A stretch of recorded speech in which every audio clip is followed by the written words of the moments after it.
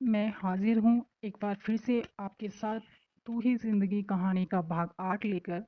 इससे पहले के सभी भाग की लिंक मैं अपने डिस्क्रिप्शन बॉक्स में दे दूँगी। प्लीज़ वहाँ जाके आप कहानी सुन सकते हैं। तो आगे की कहानी कंटिन्यू करते हैं। उसके बाद से शिल्पा की ज़िंदगी पूरी तरह पलट गई।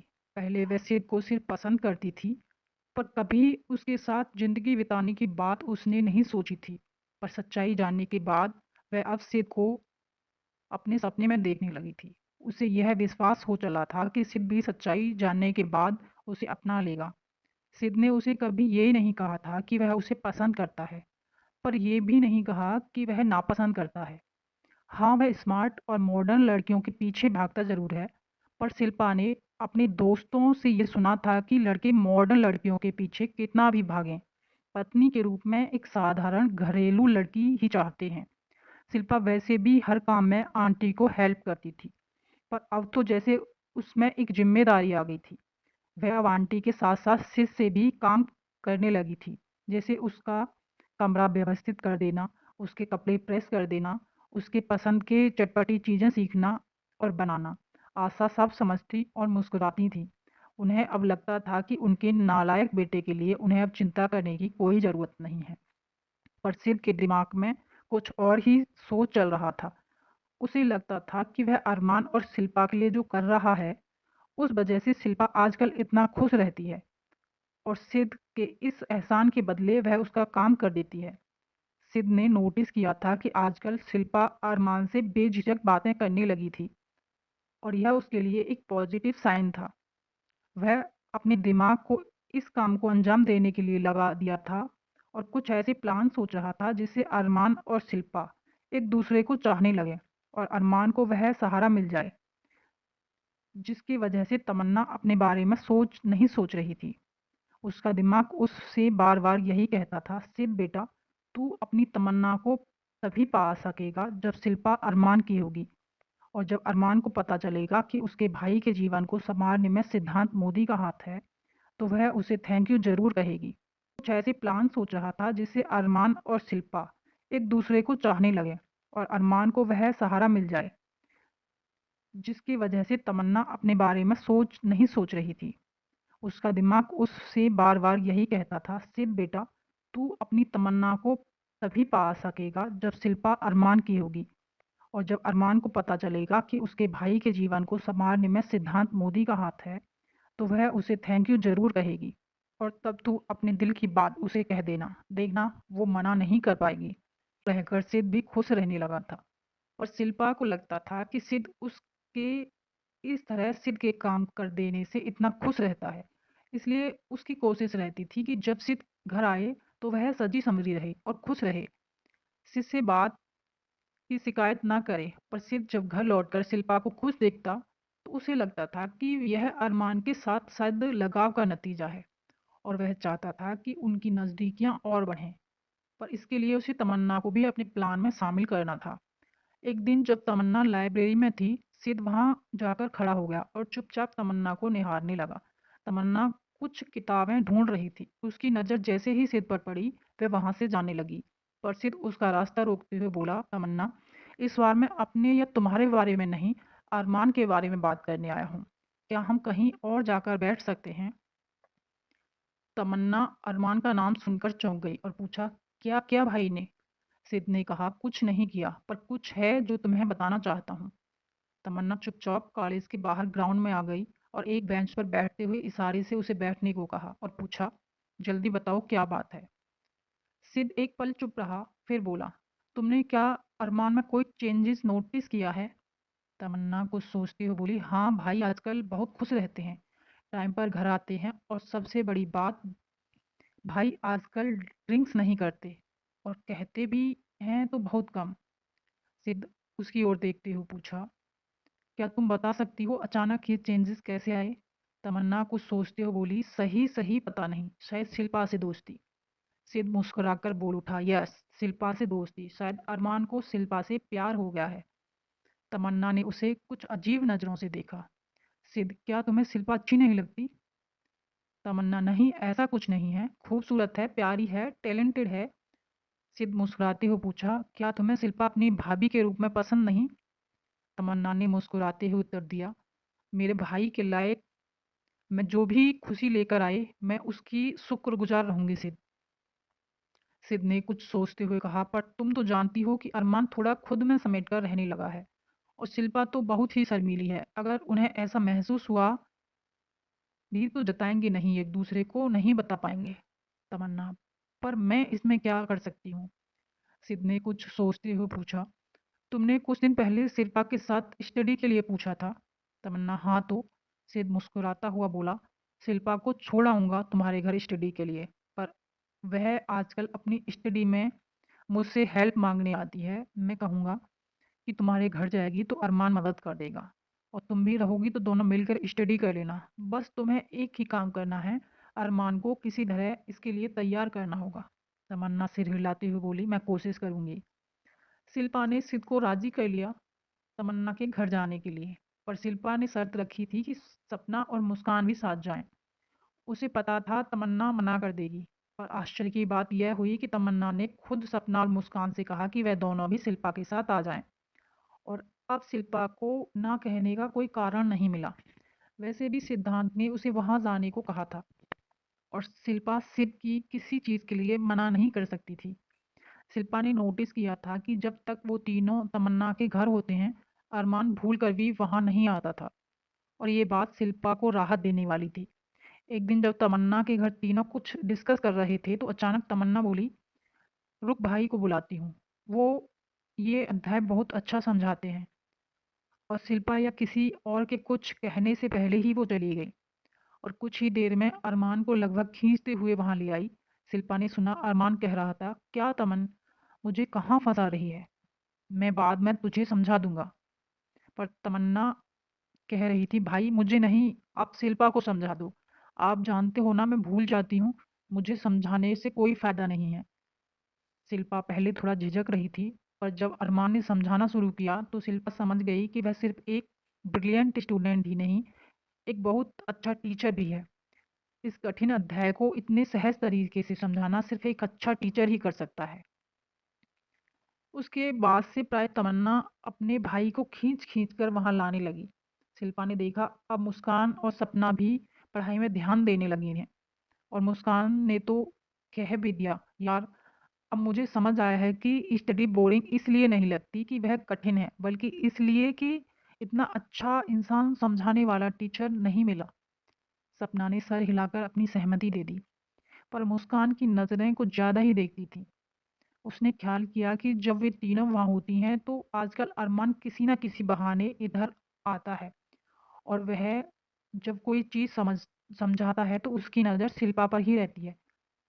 कभी कभी वह समझाते समझाते कहीं खो जाता है और उनके बार बार बुलाने पर ही उसका ध्यान टूटता है। उसने अंततः इस बात को शिल्पा के सामने छेड़ ही दिया और सपना ने भी उसकी हाँ में हाँ मिलाते हुए कहा, हाँ शिल्पू, हमें लगता है अरमान को तुझसे प्यार हो गया है।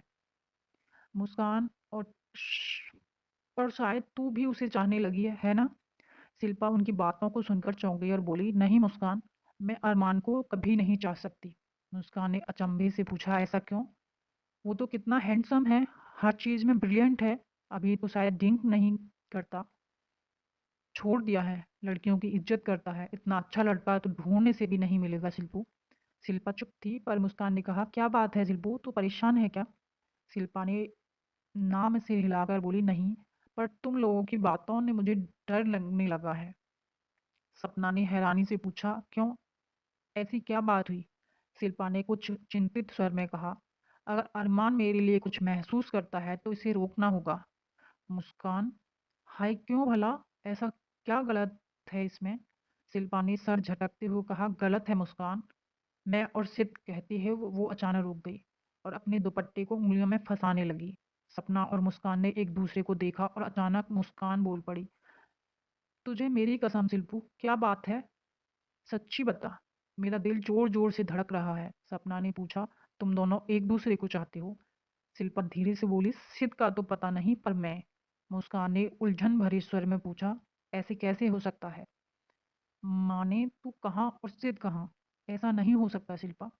शिल्पा अचानक बोल पड़ी, ऐसा ही है मुस्कान, मैं नहीं जानती कि कब सिद्ध मुझे पसंद आने लगा, पर ये भगवान का ही इशारा है क्योंकि हम दोनों की शादी हो चुकी है। मुस्कान गिरती गिरती बची। सपना का मुंह खुला का खुला रह गया। दोनों शिल्पा की ओर देख रही थी मानो भूत देख लिया हो। शिल्पा ने दोनों को देखा और फिर बोली, तुम लोग जैसा समझ रही हो वैसा नहीं है। असल में हम दोनों का विवाह बचपन में हो गया था। उसने सपना और मुस्कान को वो सब बताया जो मम्मा और आशा आंटी ने सुना था। मुस्कान और सपना मुंह खोले सुन रही थी। शिल्पा की बात खत्म होते ही मुस्कान कह उठी, हाय और अब्बा, ऐसा तो कहानी में होता है। सपना ने अब विश्वसनीय स्वर में कहा, हाँ शिल्पू, क्या तू जो कह रही है वह सच है? शिल्पा ने सर हिलाकर हामी भरी। मुस्कान ने प्रश्नों की झड़ी लगा दी। अच्छा ये बता शिल्पा, अगर लड़का लड़की बड़े होने के बाद किसी और को चाहने लगे तो? शिल्पा, ऐसा मौका शायद उन्हें नहीं मिलता क्योंकि दोनों साथ बड़े होते हैं और समझ आने पर उन्हें बता दिया जाता है तो वे एक दूसरे से तभी से दिल से जुड़ जाते हैं। मुस्कान ने सिर हिलाकर पूछा, पर तू तो वहां थी और सिद्धांत यहाँ, तो फिर? शिल्पा, हाँ मुझे या सिद्ध को पता नहीं था और हमारे परिवार काफी दूर दूर थे, इसलिए मम्मा और आंटी ने प्लान करके यहाँ आंटी के घर रहने की व्यवस्था की। सपना, तो सिद्धांत सर को पता है? शिल्पा ने सिर हिलाकर जवाब दिया, नहीं, उसे नहीं पता, और प्लीज उसे या किसी को मत बताना, आंटी ने मना किया है। मुस्कान, तो आंटी या तुझे पूरा विश्वास है कि उन्हें पता चलेगा तो वो तुझे चाहने लगेगा? शिल्पा ने पूरे विश्वास के साथ सिर हिलाकर उत्तर दिया, भगवान ने जब हमें एक रिश्ते में बांध दिया है तो कुछ सोच समझकर ही बनाया होगा ना। कहते हैं रिश्ता तो ऊपर से बनकर आता है, तो सिद्ध क्यों ना चाहेगा मुझे? मुस्कान और सपना ने सिर्फ सर हिलाया क्योंकि वो शिल्पा का विश्वास तोड़ना नहीं चाहती थी। कॉलेज में एग्जाम खत्म हो गए थे और एक महीने की छुट्टी थी, सो शिल्पा शिरडी चली गई थी। वहाँ वो अपनी मम्मी और दादी के साथ मस्ती में समय बिता रही थी। कभी कभी उसे आंटी याद आती तो उनका हालचाल पूछने को फोन करती थी, और सिद्ध के बारे में पूछने से वह शर्माती थी। आशा ही मजाक मजाक में कह देती थी, सिद्ध के बारे में नहीं पूछेगी सोनी, तो शिल्पा तुरंत कहती, आंटी मैं फोन रखती हूँ। तो आशा हंसते हुए कहती, अच्छा अच्छा, अब शर्मा मत, से ठीक है, पर तूने उसकी आदत बिगाड़ दी है। पहले मैं उसे डांट डांट कर कुछ काम कराती थी, पर अब तो बहुत आलसी हो गया है, अब तूने ही बिगाड़ा है, तुझे ही संभालना होगा। जल्दी आ जा बेटा, मुझे भी तेरी बहुत याद आती है। शिल्पा कुछ कहती नहीं, बस सुनती और मन ही मन खुश होती कि आंटी उसे इतना प्यार करती है और सिद्ध को भी उसी आदत लग चुकी है। जब उसे पता चलेगा उनके रिश्ते के बारे में तो वह शिल्पा को भी चाहने लगेगा। वह इन बातों में खोई रहती और दादी उसे चिढ़ाती रहती थी। अब हमारी सोनी हमारी नहीं रही, अपना दिल कहीं और छोड़ कर आई है। शिल्पा इन बातों को सुनकर झूठ मूठ गुस्सा दिखाती, पर मन ही मन खुशी के हिलोरे मारता था। उधर कोई और था जो शिल्पा के वापस आने का इंतजार कर रहा था। वह था अरमान। शिल्पा के जाने के बाद उसे फिर से वही सूनापन और दुख ने घेर लिया था। वह समझ रहा था कि उसे शिल्पा से प्यार हो गया है, जिसे देखे बिना उसे कुछ भी अच्छा नहीं लगता था। पहले अरमान का दिन तो जैसे तैसे कट जाता था, पर रातें निकालना मुश्किल होता था। अब रातें उसे ज्यादा अच्छी लगती थी क्योंकि रात भर किसी के सपनों में छाए रहते थे। छुट्टी खत्म हो चुकी थी और शिल्पा वापस आ गई थी, पर अब वह अरमान के साथ नहीं बल्कि अकेले ही कॉलेज चली जाती थी। उसका कहना था उसे किसी के सहारे जिंदगी नहीं काटनी है।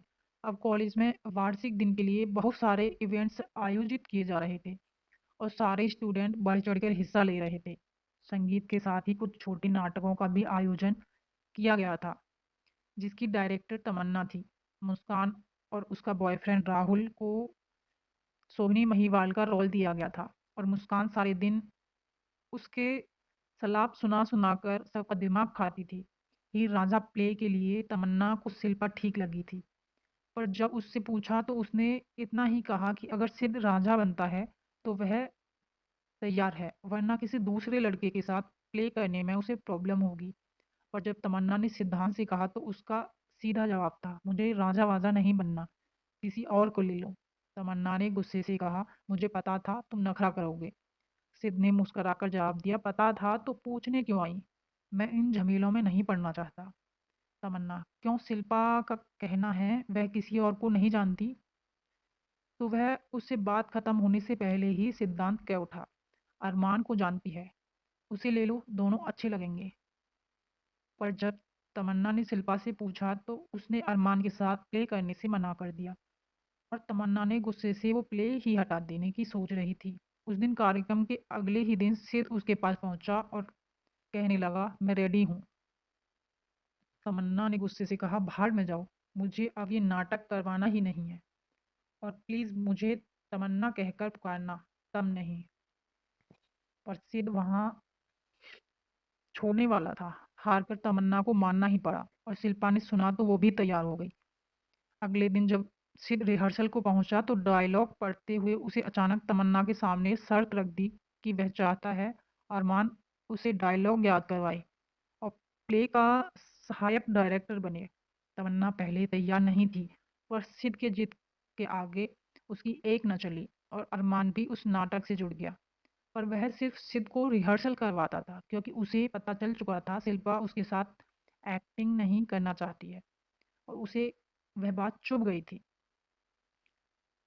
पर वह शिल्पा से दूर भी नहीं रह सकता था, इसलिए जब सिद्ध ने ये ऑफर दिया तो उसने ना नहीं कहा और सिद्ध की बात मान गया। पर उसे पता ही नहीं चला सिद्ध को डायलॉग सिखाते सिखाते कब उसे सारे डायलॉग्स याद हो गए।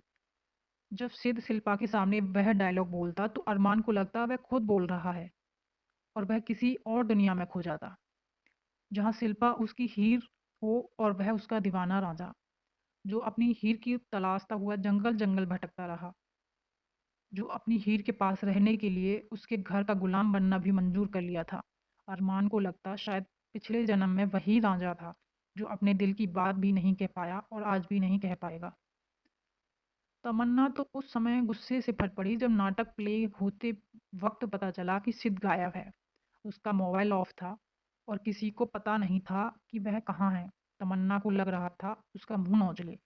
अगर प्ले को बीच में रोक दिया जाएगा तो इससे बड़ा अपमानजनक कुछ नहीं हो सकता और तमन्ना कभी भी अपमान नहीं सह सकती थी।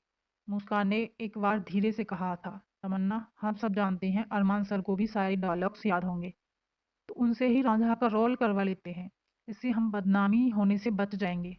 पर तमन्ना ने तुरंत ना कह दिया क्योंकि उसे पता था शिल्पा इसके लिए कभी नहीं मानेगी। शिल्पा को इस बारे में कुछ भी पता नहीं था। वह रिहर्सल रूम में तैयार हो रही थी।